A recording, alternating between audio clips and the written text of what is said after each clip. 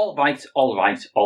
Welcome to Literary Loitering, part of the Geek Show Podcast Network. We are the Geek Show's dedicated arts and books and culture and unenthusiastic Matthew McConaughey impersonations podcast.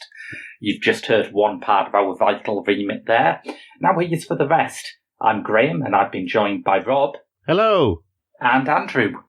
Weird, vague sounds while I pound my... Ow! I just punched myself in the chest. Why does Matthew McConaughey do that? Why are you surprised that hurts? Because he's so good at acting is why. He made me believe in the world where it doesn't hurt to punch yourself in the chest. Oh, what's her name? Played Catwoman. I've forgotten the name. The actress. Michelle Pfeiffer? No, Anne Hathaway. Anne Hathaway called it the reconnaissance, didn't she? She did, yes. Yeah, that was his skill set. He could punch himself in the chest and it looked fine. They gave him an Oscar for that. Yeah. So yes, like I say, we cover books, and we normally like to get started by asking what everyone around the table's been reading this week. Trash fiction from the East. There's nothing different there. Should we just record this bit and play it again every single episode? There's so much. now. I've been catching up with a series, with a book series I put down for a while because I basically caught up with it. It's 1,200 chapters long, right? Jesus. I put it down when I hit chapter 700, and that was it. I left it for a while and read other stuff. And I thought, okay, let's see where it is now. 1,200 chapters. Oh, God. So I sat down and started reading it and continued to read a series called Overgeared, which is a sci-fi VR MMO novel, basically about virtual reality gaming and stuff like that. And aside from the obvious artistic license with technology and things like that, you can always tell when an author doesn't quite understand the technology that goes into things like artificial intelligence and things like that, because they make it sound a bit more advanced than it could possibly be in that form. But yeah, aside from bits like that, in general, it's got some good ideas and it's got some interesting characters. And I quite like the main character, a Korean guy called Shin Young-woo.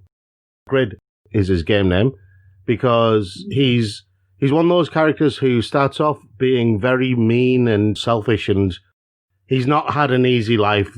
People have looked down on him all his life, stuff like that. He's always been the one stepped on, everything like that. So his personality has become very mean and selfish, but he's got one ability that kind of pushes him through, but still... Me. Is it that he's really good at noughts and crosses, and that's why he's good? Not quite. He just works hard, that's it, because he's used to doing manual labour. Those are the only jobs he's good for. And he gets a class called Pagma's Disciple, which is the disciple of a legendary blacksmith, and that changes his life forever. God, I feel like I've read all 700 chapters with you here. Basically, you have. That's all you need to know about the book. Okay, fair enough. I have read Who Owns England, a non-fiction book by Guy Shrubsole. He's a man with the soul of a shrub.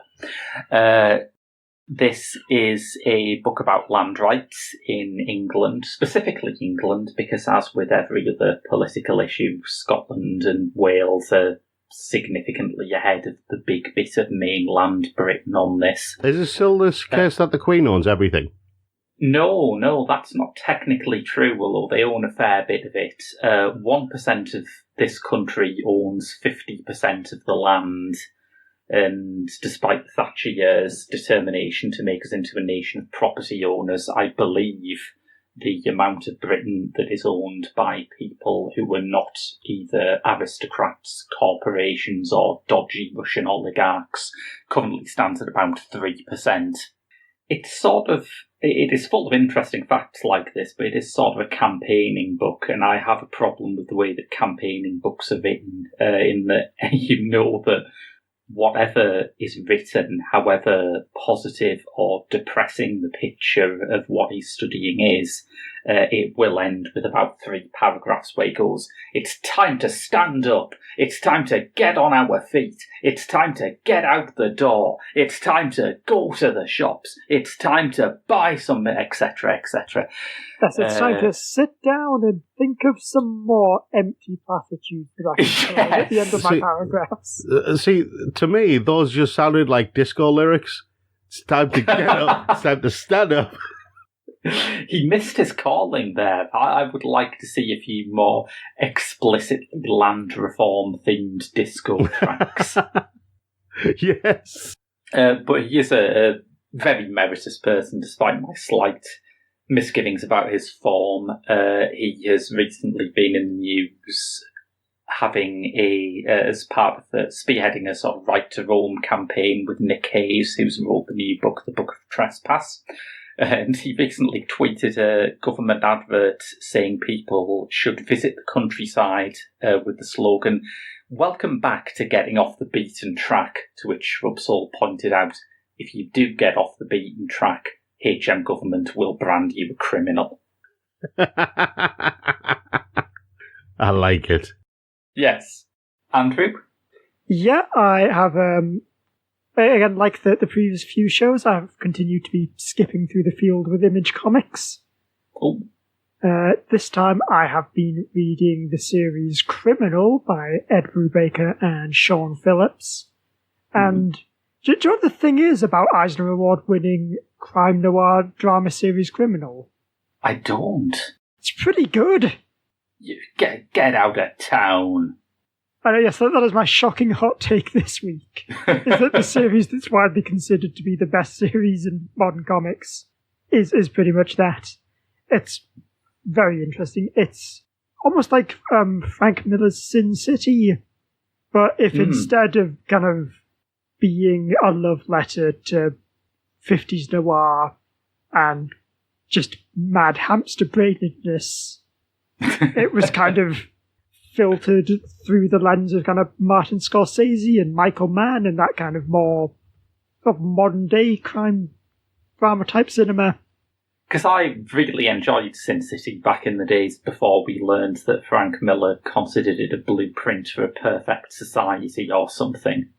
Yeah, exactly. And Criminal it's kind of similar in that sense of it's this kind of the term I've settled on is hyper-noir. That's good, yeah. Noir on steroids. Yeah, it's set in a city that is just the worst city. Like, everything's grimy. Corruption is everywhere. Criminals. Yes, basically the entire Northeast. And the idea is each volume is kind of a standalone story that also ties into just this sort of larger narrative of the world. And kind of it's very fun, just kind of gradually piecing together things like that. You have this kind of disconnect with the modern day characters who are all the descendants of kind of these semi-legendary figures who were active in kind of like the 1960s and 70s. Yeah. And it's kind of this idea that it was like a golden age of crime. Yeah. And now everyone's just trying to like go about their lives and deal with that legacy. That sounds really good. Yeah, it does. It is. Yeah.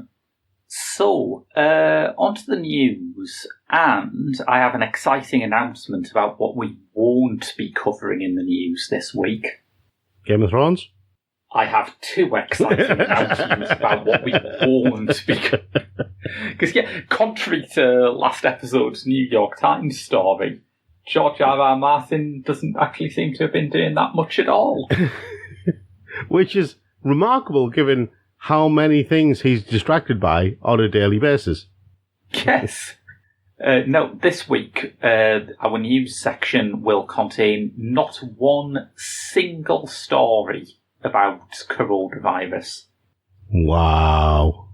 Is there a story about the American government? Finally. This is the bright future that Boris promised us. Yes, I'm voting Trump now. He has clearly got it under control. But yes, in answer to Rob's question, I cannot promise no stories about the American government. In fact, I cannot promise that we're not going to do a story about American politics right now, because we are. Did someone get fired and write a book again? No. This is a book written by someone who should be fired, namely Sean Hannity from Fox News. Oh, God. Oh, boy. So you're not excited about the news that he's got a new book coming out soon, then? Do we have to talk about Hannity? I realise it is a particularly onerous task, but this is not really an article about Hannity. This is an article by Spencer Alexander McDaniel, a student at Indiana University, who is studying classical studies and history. Of course he is with a name like that. Well, yes. He's looking back to the happy days when it was normal to have 3 names. But he has checked out the cover to Hannity's new and remarkably pompously titled, and I'm going to read out the punctuation here because I think it's important to get the full effect. Live Free or Die, America, open brackets, and the world, close brackets, on the brink. See, I stopped at Live Free or Die, Yes, the Die Hard edition where Bruce Willis just went to the proctologist. I ignored the rest. I stopped at colon. Hannity, if you're going to call a book anything. I mean, I've seen Sean Hannity. Live Free or Die, of the two choices, I know which one I'm leaning more towards for him. And it's not Live Free.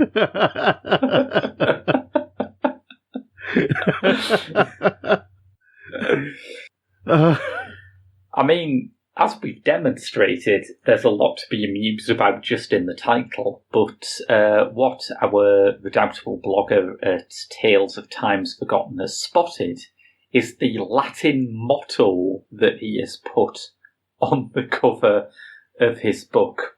Yes, Live Free or Die, America, open brackets, and the world, close brackets, on the brink, also has the sub-headline, Vivamus vel libero perit Americae, which, according to Spencer Alexander McDaniel's translation, means let's live, or he passes away from America for the detriment of a free man. Wow. Excellent. I was still trying to work out the Latin there. I was going...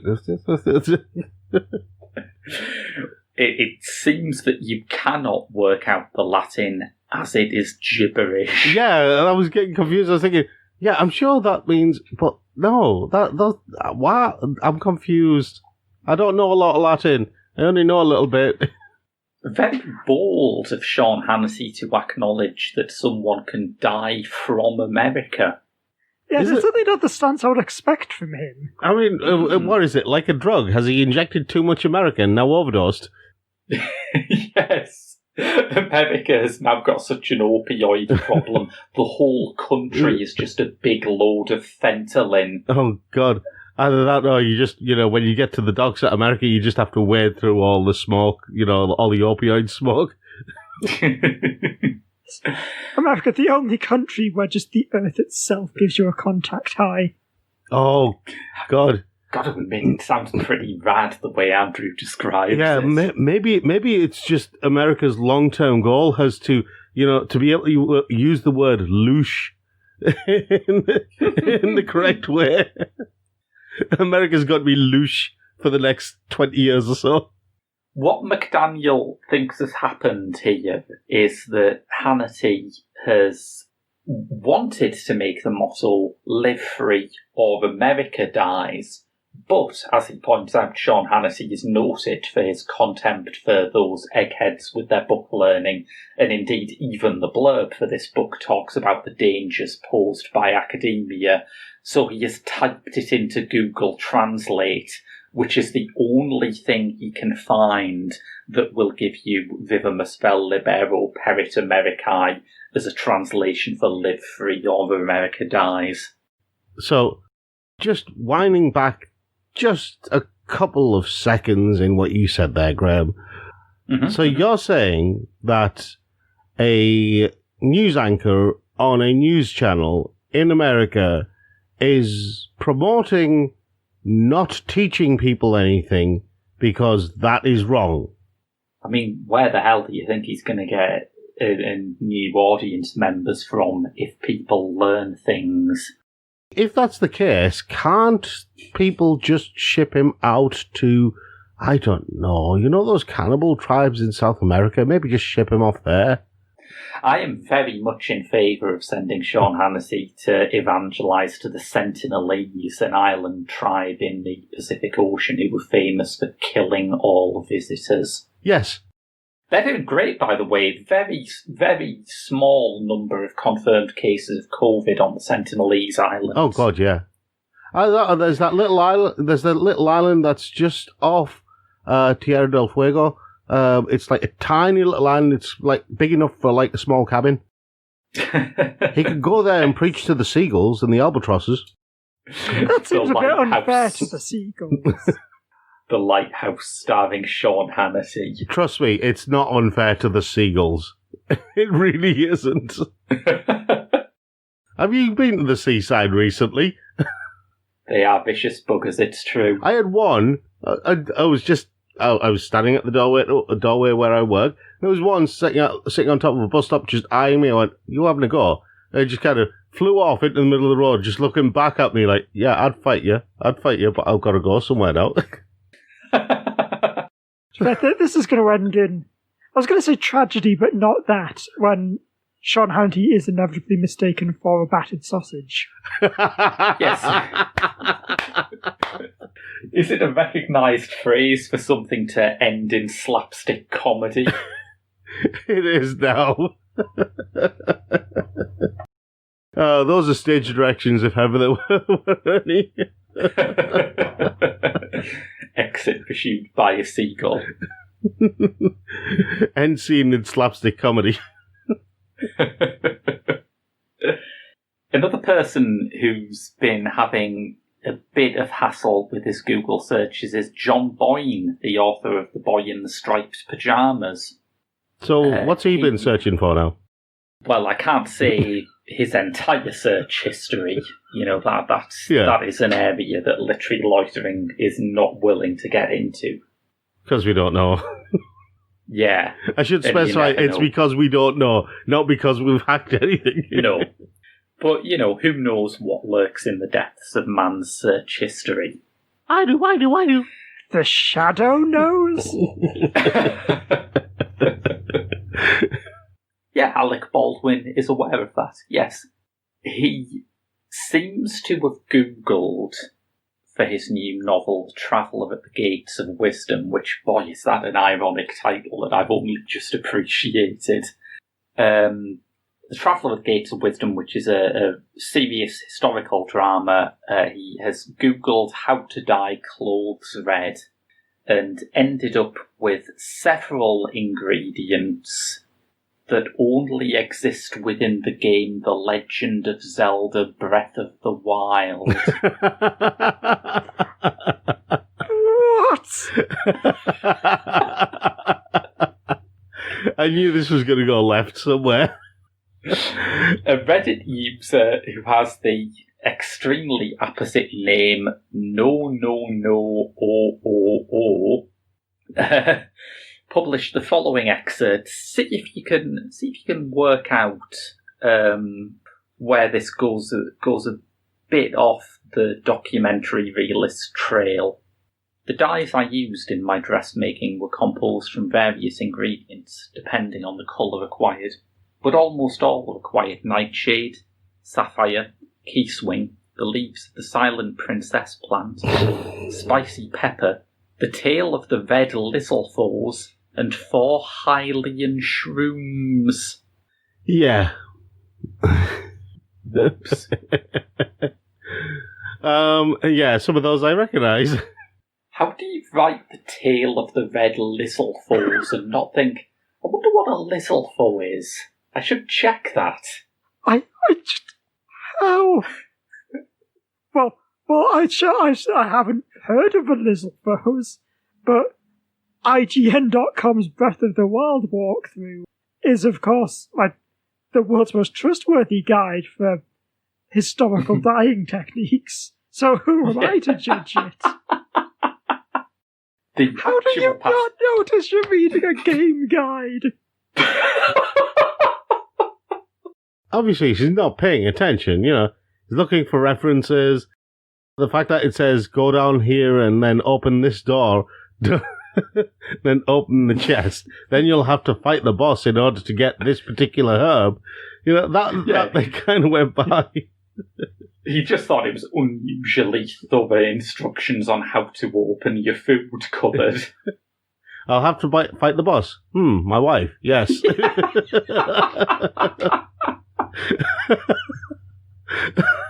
I wonder if that was the thought process. Certainly, having to spend several decades trapped inside the Temple of Time and obtaining the Master Sword seems like a complicated way just so that I can do some fishing. But who am I to judge? Two notable quotes about this story. The writer Dana Schwartz, who posted a thread about this on Twitter, said, he found a site listing monster parts and accidentally put them in his very serious book. I am very embarrassed for him, and this is my nightmare, but it's also very funny. Let this be a lesson to all novelists to read the full context of the things you're looking up for your books, but if you do make mistakes, at least let them be hilarious. Yes. Also, I am very concerned about anything that claims to be an encyclopedia of monster parts. I mean, we're getting back into embarrassing things in your search history. Exactly. An encyclopedia of giant-sized man things. You call it the Traveller at the Gates of Wisdom? Mm. In my brain, I didn't know this was going to go down a video games route at that point, but when you said the Traveller at the Gates of Wisdom, in my brain, I suddenly went into like a Street Fighter 2 video game where you had the Traveller at the Gates of Wisdom versus the Piper at the Gates of Dawn. That's the sequel. Everyone's building a universe. I mean, to be fair to John Boyne, it might take him a while to get onto that. He does have to try and shove his dog into a small ball first. The internet said this was the best way to train it. How else do I beat the Elite Four and become the Pokemon champion? We've seen in recent years books withdrawn for all sorts of reasons. We saw, who was it? Naomi Wolf, who wrote that book about homosexuality in Victorian times, who had to have it retracted after her data claiming that people were executed for homosexuality was in fact inaccurate. That whole thing just got pulped. Boyne is taking a different route. In a statement on Twitter, he said, I'll leave it as it is. I actually think it's quite funny. Yeah, fair play. Yeah. He has announced one change for the paperback edition, though he has said that the acknowledgements will now include a bit about the Legend of Zelda. Okay. Which is pretty rad. It is. I hope his acknowledgement is just, it's dangerous to go alone, take this. And when he says it's dangerous to go alone, he does, of course, mean onto Google. Yes, without adult supervision. We've got some news of a hot new writer who's going to be breaking through fairly soon. Okay.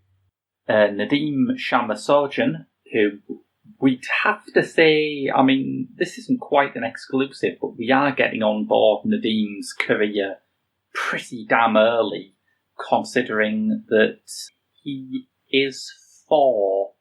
What? He's 4 years old, and he's just landed That's why the ending to that sentence. So, what's he for?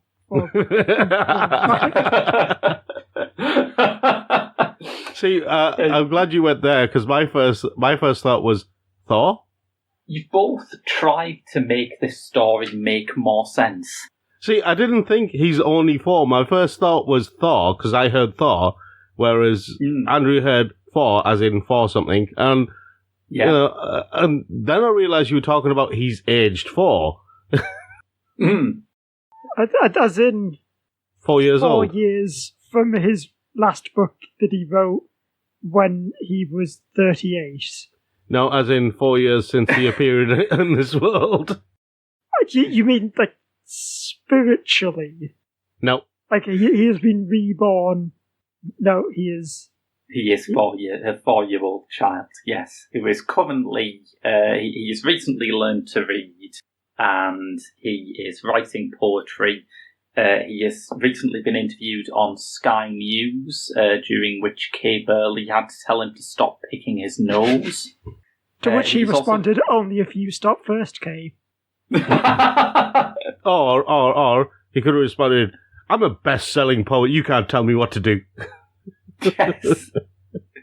And then he's also been interviewed by the Sunday Times, thereby becoming the most emotionally mature person to be published in the Sunday Times. I'll have you know the Sunday Times does some great journal... Look, I can't simply finish that sentence without laughing. Listeners, if you want a hot tip for something dreadful to read, the Sunday Times Culture Supplement is the worst newspaper supplement in Britain, and I mean that from the bottom of my heart. Okay, in terms of supplements, right, the Sunday Times Culture Supplement it's like a Senna tablet. It goes straight through you. A lot of other stuff comes out with it. I mean, if you are looking for people to be victims on your next killing spree, going through the Sunday Times Culture section's correspondence pages and noting down the names and addresses of everyone who's complained about an overly modern Master bus appearing in an episode of Inspector George Gently, is a guaranteed way to find loads of people who do not deserve to live. Yeah, it's the place where all those people who didn't have the courage to be Mary Whitehouse basically decided to, they decided to live their lives there. Yes. We're getting off topic, but I'm also terrified of this 4-year-old author. How? Well, I'm 29 and I work in a call centre. I mean, I hate to call nepotism, but his mother is a lecturer in literature at the University of Reading. Oh, thank God, it's just that the system's broken. Denise Johnson-Burt, who is an executive at his publisher Walker Books, says, the poems talk about such important feelings like love and loneliness, and Nadine finds the perfect words. They're simple, inspirational, and have a wisdom all of their own. I mean, they're not bad for a 4-year-old, but I wouldn't embarrass myself like that. Would you like to hear a reading from one of his... Yeah, go ahead. Yeah. In his poem Baddies, he says, baddies love their baddie friends, even very baddie ones. Policemen might arrest them, but they'll still have their love. I mean, it's not bad, but I don't believe Dominic Cummings is capable of love. Sorry, repeat that again. Baddies love their baddie friends, even very baddie ones. Policemen may arrest them, but they'll still have their love. I mean, it doesn't even rhyme. I was about to go, number one, it's more of a haiku than a poem, isn't it? And number two, that's a bit high level for a 4-year-old, isn't it? He's got deep thoughts about baddies, which, let's face it, if I was 4 years old at this point in history, I'd be spending quite a lot of my time wondering about them too. Especially if you're being forced to do poetry at that age. Yes, if your lecturing mother's forcing you to get a book deal. Look, it's all right, and fair play to Nadim. He is only 4 years old. Mm-hmm. But it's no The Tiger by Neil age 6, is it? And again, I quote, "The tiger. He destroyed his cage. Yes. Yes! The tiger is out." Is legit one of, like, the best poems ever. Because it is great that the tiger's out. It's fantastic. I mean, any lesser talent would have just had one yes, but the building of tension with the repeated yes is just superb. I mean, God, Nadim, think about the story you're trying to tell with these works. Well, he's only 4. He's got He's got 2 more years to learn that stuff. Yes. And the mother who's going to drill it into him, you can be guaranteed now that you pointed it out, Andrew. Also, I'd like to point out, even very baddie ones is grammatically incorrect. Sort yourself out, Nadim. I mean, we might not be at the we've got a book deal when we're 4 years old level of success, but we are on a podcast, and podcasts have power. Do you want to know how much power? Go on, then. They can get a book removed from the British top 10 bestseller charts. Oh, when did we do that? Oh my God, can we genuinely have an official podcast feud with Nadim? I mean, I say that, but the caveat is you can only do this if it is your own book you were cancelling through your own stupidity. Well, our own book, yeah, that's not gonna happen. Our own stupidity, on the other hand, there's a very real possibility. That cup overrun us. Yes. The crime author Mark Dawson has seen his book The Cleaner removed from the Sunday Times culture section again. Oh, yes. Look, if you eat a healthy, high-fiber diet, you do not need the Sunday Times culture section. Mark Dawson has been privileged enough to see his book removed from the Sunday Times top 10 bestseller charts. Oh, well done. This is not stupidity. After he presumably deliberately said on his podcast, which we're not plugging, that he spent £3,600 of his own money buying enough copies to get it from number 13 to number 8. See, my thought about this, right? Okay, he's paid the money, but you know what? He's made it back in terms of newsworthiness. Oh God, yeah. Yes, but I'm not sure he's actually made it back in terms of money, though. Well, we don't know. We don't know. See, it's one of those weird things. It might have been on the Sunday Times culture supplement list, but then he might have looked at it and went, yeah, but if I'm on that list, no one else is going to want me on their lists. So how do I get off that list, but still manage to get onto everyone else's lists? I know. I have a cunning plan. I mean, notoriety can sell. One of my great regrets in life, and before I start this, I should say, I don't have a very eventful life, so I don't have cause to regret many missed opportunities. But I once saw a copy of How Opal Mater Got Kissed, Got Wild and Got a Life, a young adult novel which was removed after it was revealed that large parts of it were plagiarised from other young adult books and, hilariously, Salman Rushdie. I mean, now I'm very curious. Oh, wow. Which Salman Rushdie? I need to know.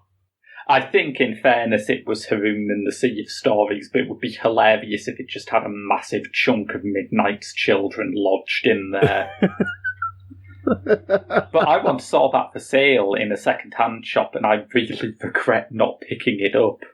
Oh. But yeah, I mean, if I was Mark Dawson, I would be absolutely unapologetic about this. I would just brazen it out. And I guess he's trying to do that, but he's making some rubbish arguments. He said, if I was interested in quote-unquote gaming the system, I would have bought 10,000 copies, sat on them forever, and been number one. I wouldn't have discussed it on a popular podcast either. So, in other words, he's saying, I'm not cheating because my effort to cheat was actually quite rubbish. See, what he should have done there, right? He should have styled it out instead. Don't brazen it out, style it out, okay? Just pretend you're mute and pause. That's it. Right?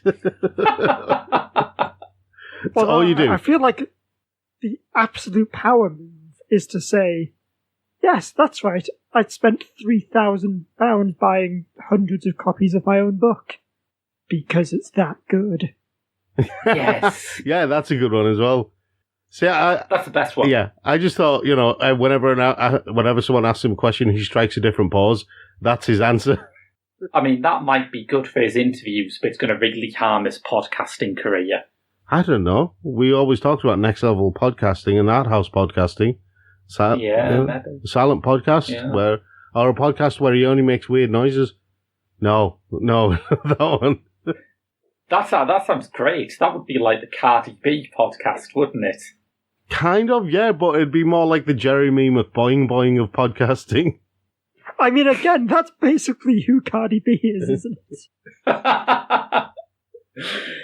So, I like to cast the net wide in terms of the sources that I use for this show, which is difficult as The Guardian is currently the only British newspaper that actually still has a cultures and books section that hasn't been cut to ribbons. But I am pleased to say that I have found a news story from one of Rob and Andrew's favourite sources of news, Bleeding Cool. No. Yes, this is very much the kind of old boot that you've caught in the net here. Yeah. I mean, Bleeding Cool, yeah. It's very much the gossip rag of the comics community. Yeah, it's the cheesy lap dancing club that guys who think that they're cock of the walk take their girlfriends to because they're such classy gentlemen. This is based on something Rob has actually seen happening in Redcar, which is amazing. Basically, there isn't a rumour too, far-fetched, lacking in evidence, or potentially damaging to careers that Rich Johnson hasn't looked at and said, yeah, I'll have some of that. Broken clocks right twice a day. It is the daily sport of... Hang on. Before we started, you said it was the Daily Star of comics. Now it's gone down the rung to the Daily Sport. No, Andrew said it was the Daily Star. I didn't. That was me being diplomatic. Yeah. Well, let's move on from lap dancing clubs and newspapers with nipple counts on the front page and get on to flashing swords. Okay. Is that what the club in Redcar's calls, Rob? Flashing Swords, which is not an even remotely unfortunate name, was a series of fantasy anthologies published by Dell Books in the 1970s and 1980s. Yes. It published works by Pavel Anderson, Elsbrag de Camp, Michael Moorcock, Jack Vance, and many, many more prestigious names. And now it's been relaunched. Okay. That's good, isn't it? Okay. Except several writers who have been lined up for Flashing Swords number 6 have... The sentence just... several writers who have been lined up for Flashing Swords. Nothing funny about it. Just Conan the Barbarian in a big trench coat.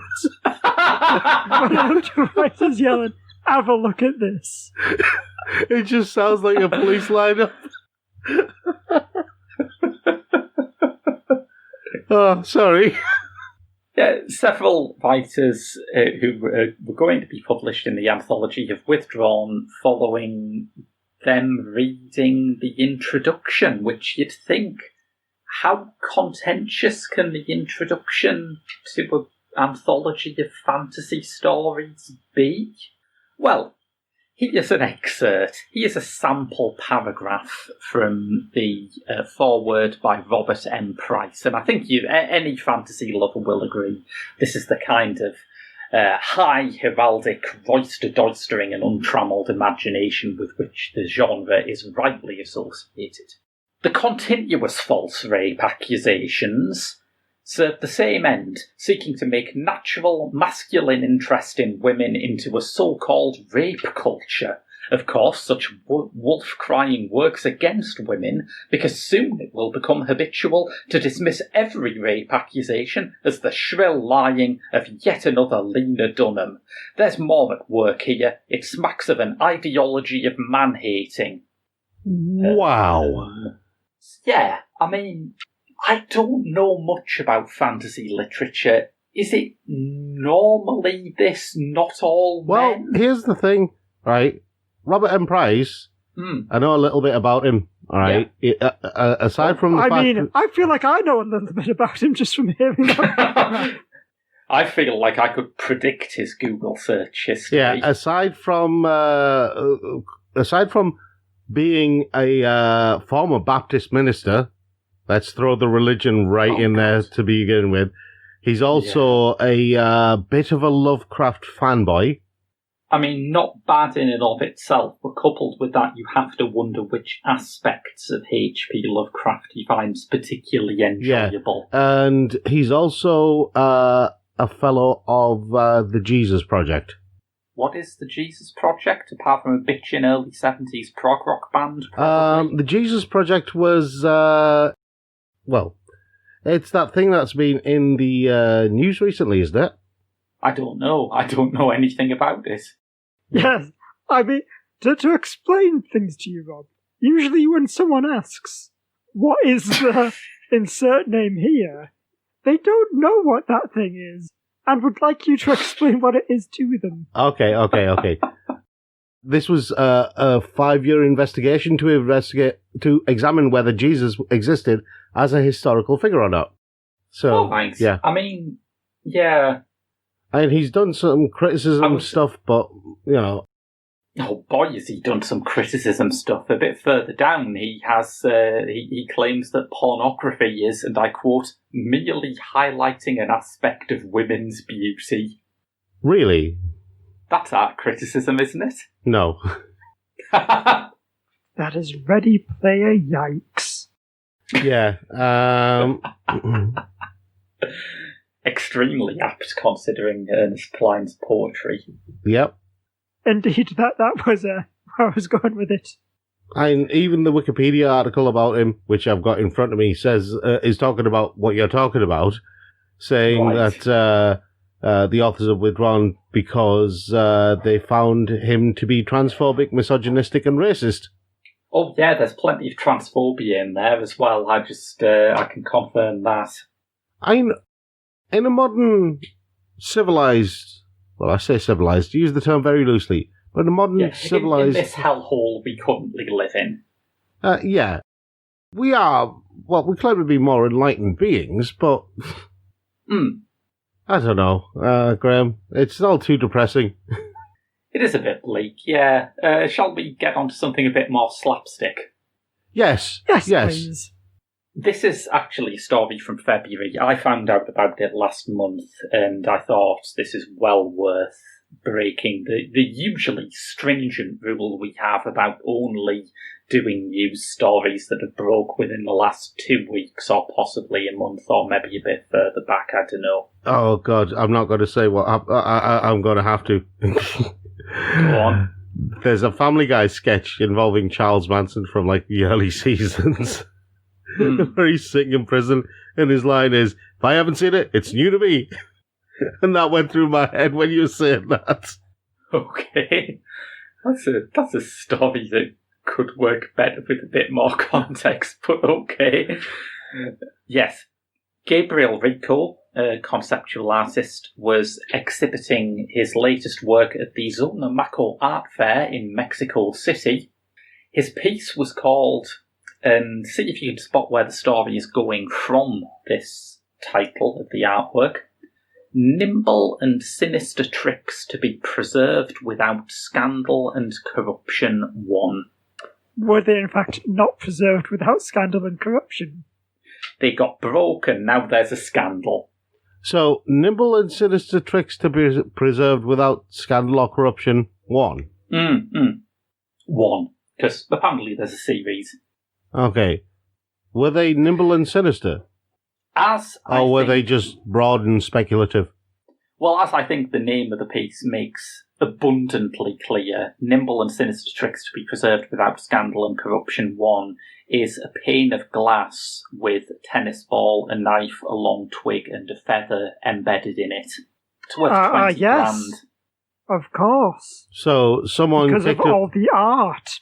So someone someone kicked a football and it broke it, did they?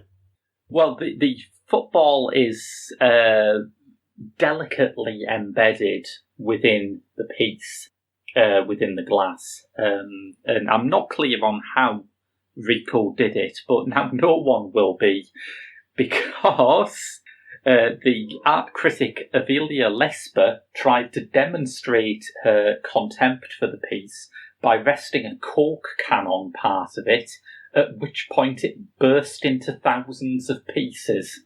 Wow. I mean, to be fair, that's a pretty good way to show your contempt. Well, you know, it is if you throw the Coke can at it, not by gently resting it on there. We are going through a bit of a good week for excellent statements about potentially embarrassing things, and I think joining John Boyne in the good job there stakes. Avelina Lesper's statement was, "It was like the work somehow knew what I thought of it." And decided to kill itself? I seriously doubt it. Because if works of art could hear what people thought of it, Tracy Emin's Unmade Bed and like half of Damien Hirst's stuff would not exist. But Tracy Emin is like an IRL troll. The more you hate on her, the messier her bed gets. Is it some kind of weird picture of Dorian Gray thing? The bed gets more unkempt and bohemian. She becomes more of a fucking Tory.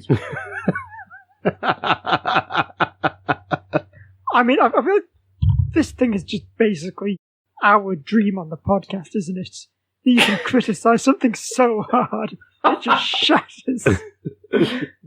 It feels like what would happen if Wes Anderson made a Stephen King adaptation. A version of The Dead Zone where people are just particularly incisive critics. Oh, God, can you imagine Wes Anderson's Tommy Knockers?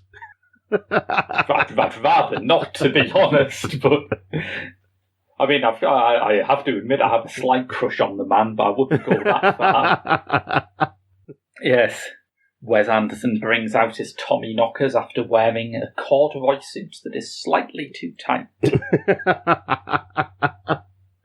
Oh.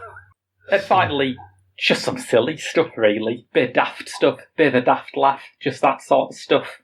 A library book has been returned to Shetland Library 37 years late and 750 miles away from where it was picked up.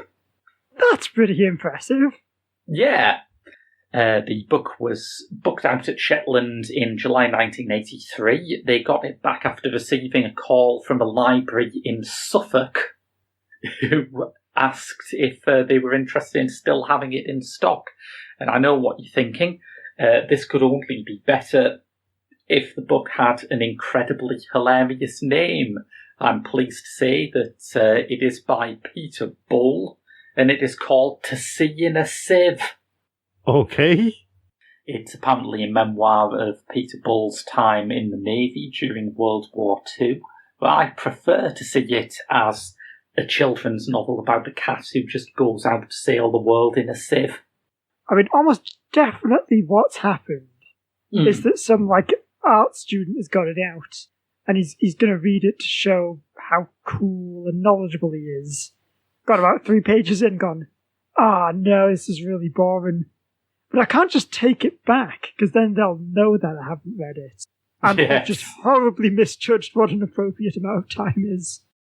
Yes. And also made the mistake that I'm sure all of us have made, where it turns out that all libraries don't actually just have big long tubes connecting to some kind of central book reserve. Or maybe That's the libraries we were promised in science fiction. Or maybe someone bought it as a gift for Danny John Jules, and he took one look at it and said, nah.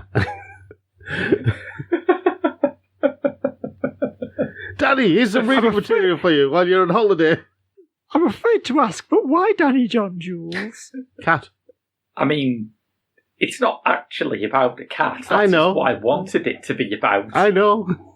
Oh, so you're saying that someone had the same thought process as me? Yes. That's never happened before. It could do, you never know. I forgot that the word cat was in... What was the full title again? To See in a Sieve. My first thought at that title was, I used to do that when I was a kid, pretending to be a fencer. Yes. On guard in a sieve. Now it just sounds like a spell from Harry Potter. I'm just still bemused by this idea of returning it 37 years late to a different library. It's almost like a conceptual work, isn't it? If only we had new literary loitering hero Avelina Lesper in to say whether this was art or not. I mean, I'm certainly challenged by it more than I am just some glass with, like, a knife in it. Yes! If I would see some glass with a knife in it, I'll just go for a walk around Grove Hill. Yeah. So, was that it? That's it. Because I got something nice for you guys if you want it. Excellent. You remember a while ago we did badly translated movie titles? Oh, yeah. I've got a few more for you. Excellent. Brilliant. Bring them on. You ready for this? Yeah. Right. I mean, can one really be ready for this? Okay, right. This is a movie from 1999. And in the Philippines, it was called Because She's Ugly. Because She's Ugly from 1999. So it's too late to be the Elephant Man. See, annoyingly, I think I know what the answer is. And because of that, I'm now struggling to think of funnier joke answers. I don't know what this is. Because She's Ugly. I'm trying to think of a sort of movie with a prominent romance plotline from 1999. But, you know, if I say Notting Hill, that just sounds horrible to Julia Roberts. I'm going to say it anyway, because I'm interested in being horrible to Julia Roberts. But, you know. But I'm pretty sure it's going to be Shallow Hal. Nope. Oh. Nope. Never. It's Drew Barrymore. Never Been Kissed. I think I was thrown off the scent because Drew Barrymore is lovely. Okay. You forgot to take into account Hollywood Ugly. Yeah. Yes. Which is just wears glasses. Yeah, exactly. Braces on her teeth. Yes. In Spain, this 1989 Hollywood movie was called This Dead Person is Very Alive. So too early for the Tupac Shakur biopic. I'll say Weekend at Bernie's. Something that isn't Weekend at Bernie's. But it probably is Weekend at Bernie's. The Remains of the Day. Yep, Weekend at Bernie's it is.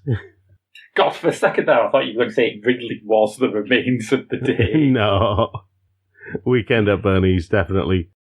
Right, so, this 1998 movie in Thailand was called Dimwit Surges Forth. Dimwit Surges Forth? Oh boy. That could be anything, couldn't it? Yeah, it's a great title though. Oh no, is it Forrest Gump, Rob? I would be much happier going to see a movie called Dimwit Surges Forth than a movie called Forrest Gump. I will say,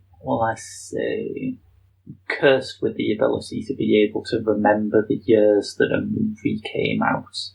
Maybe my mind's still on the sort of Drew Barrymore track, but I'll say The Wedding Singer, with Adam Sandler as Dimwit. Oh, Graham, you're so close. You're so close. Oh, is it literally any other Adam Sandler film? Because they're all the same. Again, close, but there's one in particular from 1998, which was kind of Adam Sandler's version of Forrest Gump, which came out in 94. Is that one Little Nicky? No. Or is that The Water Boy? Yep. Water Boy, yeah. Oh, hooray. I don't think I've been more disappointed to know the right answer to something. Okay. This one should be a pretty straightforward one. This 1997 movie in China was called Satan Female Soldier. Wow. That's the straightforward one, yeah. Satan Female Soldier, fighting for her client. No, that's Single Female Lawyer. Satan Female Soldier, Satan Female Soldier. What was the year again? 1997. 97? Do you want to know who directed it? Oh, go on then, yeah. It was Ridley Scott. Oh my god! Is it G.I. Jane? Andrew, what do you think? I mean, I guess it has to be, doesn't it? Yeah. But why would you call it G.I. Jane and not Satan Female Soldier? It's a good name, isn't it? It's incredible. I can kind of see why the US Navy were unwilling to be linked with Satan, but it works.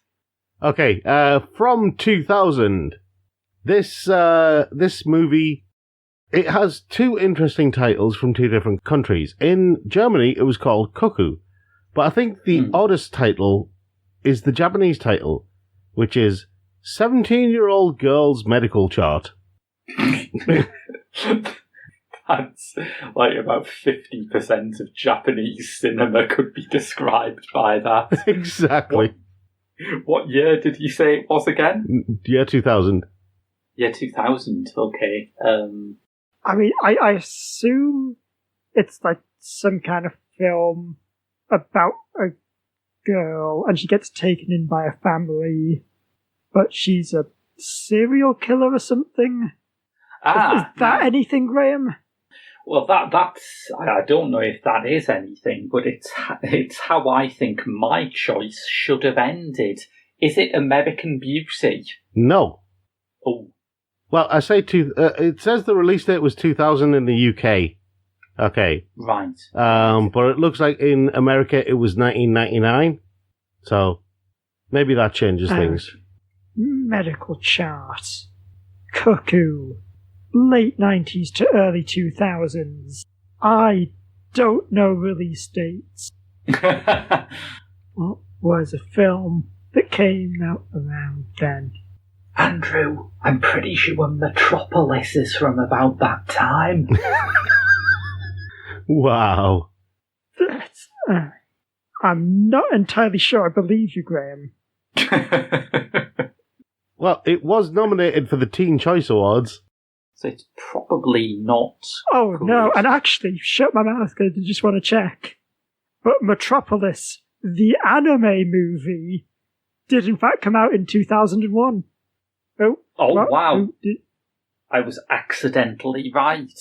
Shall I tell you? Probably. Shall I tell you? Metropolis, the 2001 anime film. No, it was Girl Interrupted. Oh, right, okay. Yeah, that sounds very different with that title, doesn't it? Yeah. Clueless. I should have said Clueless. That would have been a fun goof. Cuckoo is staggeringly offensive. Yep. But you gotta hand it to Germany. Yes. Anyway, from 1995, in China, this film was called Excitement 1995. The prequel to Space 1999. Excitement 1995. I'm pretty sure Independence Day came out in 1995, and that was exciting. What about Metropolis, the 2001 anime movie? This one... I think Tank Girl came out around 1995, I think. So, yeah, let's say Tank Girl. Right. The thought process that's gone into this particular name, this particular translation, I really don't understand. It's the Shawshank Redemption. I mean, I guess it's a bit exciting at the end, isn't it, when he escapes? I feel glad that I didn't get that. Yeah.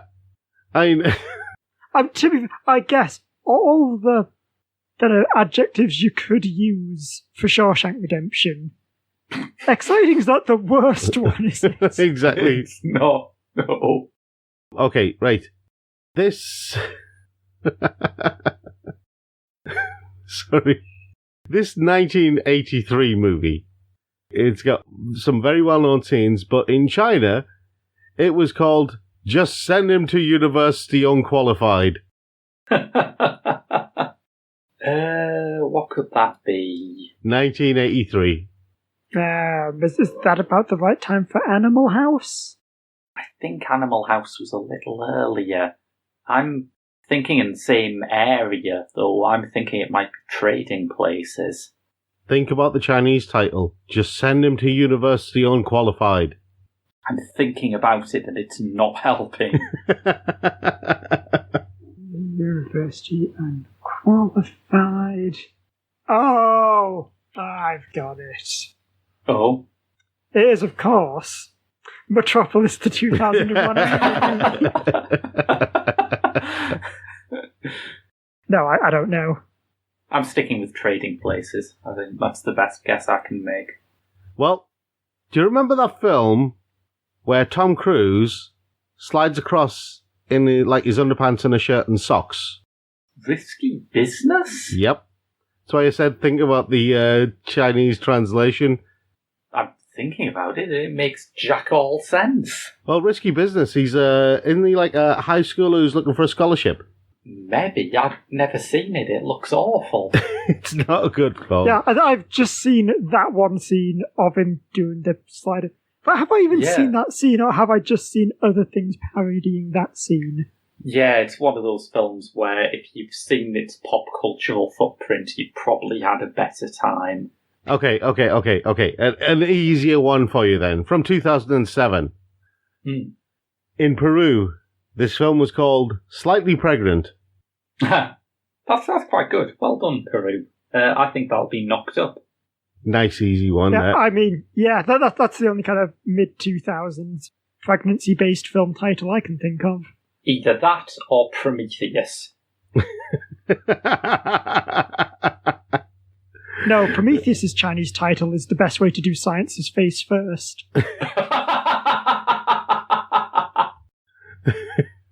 Yeah, that works. Okay, so, from 2003, this film in Portugal was called Meetings and Failures in Meetings. Okay. What came out in 2003? I'm pretty sure Ang Lee's Hulk came out in 2003, but I'm not sure. It did come out in 2003. And technically it is Meetings and Failures in Meetings. Plenty of failures in meetings in that one, but I don't think that's it. Meetings and failures in meetings. Oh. I fear someone has actually found a worse title for Love Actually. Oh, no. Are you going with Love Actually as well, Andrew? I'm going to stick with Love. I know you're going for it, as much as I do want to go for Ang Lee's Hulk, I might have to agree with Love Actually. Okay. No, thank God. Right. It's lost in translation. Oh, it works on so many levels. There are meetings, there are failures in meetings, and the whole title is badly translated. Yep. Yes. Okay. 1998. Held by Wind in Montana is the Japanese title of this American movie. Held by Wind in Montana. Okay, so it's not Wizard of Oz. That was a really bad case of gas. Yes. Held by Wind in Montana. What was our film about the Zeppelin? Yes. I don't know why, but I feel in my heart this film has Nicolas Cage in it. I feel in my heart every film has Nicolas Cage in it. Held by Wind in Montana. I'm trying to think of films made in 1998, and all I've got is Boogie Nights, which is definitely not Held by Wind in Montana. Yeah, I mean, God, I'm trying to think of just films set in Montana. It's harder than you think, isn't it? I can think of Cattle Queen of Montana, which has a clue in the title, but that's about it. I might have to settle for one that's neither and just say Leaving Las Vegas. I'll say The Ice Storm. Guess I've got Ang Lee on my mind. Oh, sorry. My brain, when you said that, my brain went, "You were Ang Lee on my mind." It was directed by Robert Redford, The Horse Whisperer. What? Exactly. What do they think whispering entails?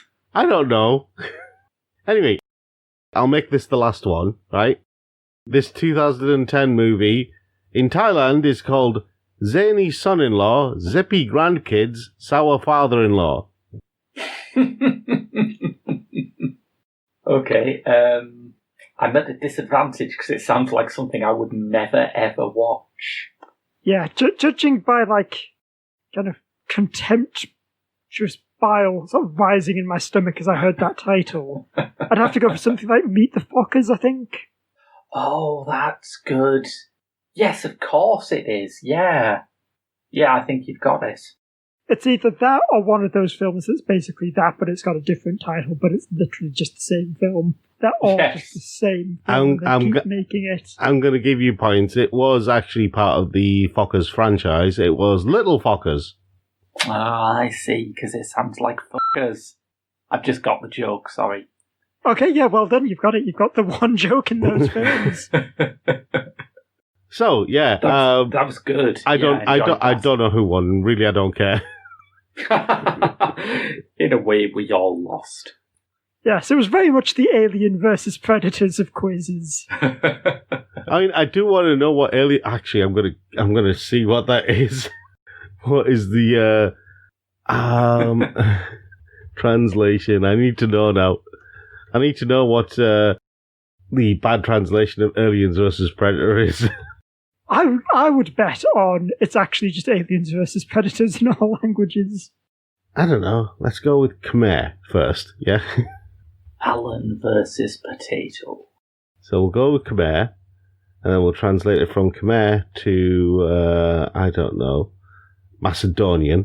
And then we'll translate it from Macedonian. This is how I work things, get some of these bad translations. Okay.